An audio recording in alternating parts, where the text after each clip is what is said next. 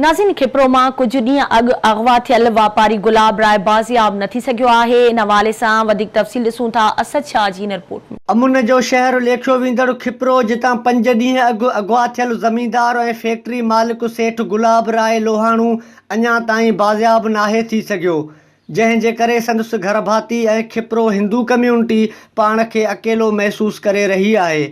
5 ॾींहं खां पुलिस पारां दिलासा त मिली रहिया आहिनि, पर मुगवी अञा ताईं बाज़ियाब न थियण करे संदसि जा घर भाती मायूस बणियल आहिनि। असांजे हिसाब सां जो प्री प्लानिंग कमु थियो आहे, बाक़ाइदा लिखिंग आहे जो अचानक हुनजी का उहा अॻुवा वारो किसो न थियो आहे जो अचानक थिए त भई फलाणो माण्हू को अची वियो, न, हीअ त प्री प्लानिंग तहत जेको आहे किडनैप थियो आहे।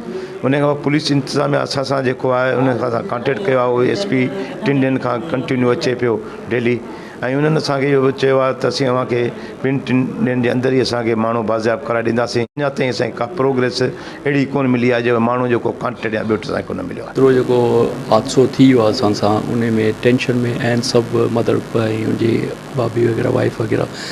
घर वारा पंहिंजी जाइ ते, शहर वारा बि परेशान आहिनि त असांजे तर में ही ॻाल्हि थियणी कोन हुई, उहो किथां थी आहे, छाजे करे थी आहे, ऐं छाजे लाइ असांखे टारगेट कयो पियो वञे। अदा हीउ वाक़ियो जीअं असांखे ख़बर पई त गुलाब राय 4 थी विया आहिनि, अञा ताईं पहुतो न आहे घर, त पोइ असां जेको आहे पंहिंजनि हारियुनि खे हुते मोकिलियो त उन्हनि जो हिते अञा ताईं न आयो आहे। पोइ असीं उन जाइ वार्ता ते पहुतासीं, ख़बर पई त उतां जेको आहे हिकु अछे रंग जी गाॾी का आहे, उन किडनैप कयो आहे, छा कयो आहे, पर उन जी असुलु हक़ीक़त असांखे अञा ताईं ख़बर न पई। गुलाब राय जी शहर में मिसाल आहे त गुलाब राय हिकिड़ो तमामु सादो शहरी हो ऐं न को हुनजो कंहिंसां जहिड़ो न को झगड़ो। हू पंहिंजे टाइम ते इन ई रूटीन सां बनी ते डेली ईंदो वेंदो, त इन ॻाल्हि जो त असीं बिल्कुलु नथा चई सघूं त गुलाब राय जी का ज़ाती दुश्मनी हुई। हाणे ज़रूरत इन ॻाल्हि जी आहे त DIG नवाब शाह समेत SSP सां खे घुर्जे त हिननि जे उमेदुनि ते पूरो लही मुगवी खे जल्द बाज़ियाब कराए खिप्रो जे दीवान बिरादरी मां बेचैनी ख़तमु कई वञे।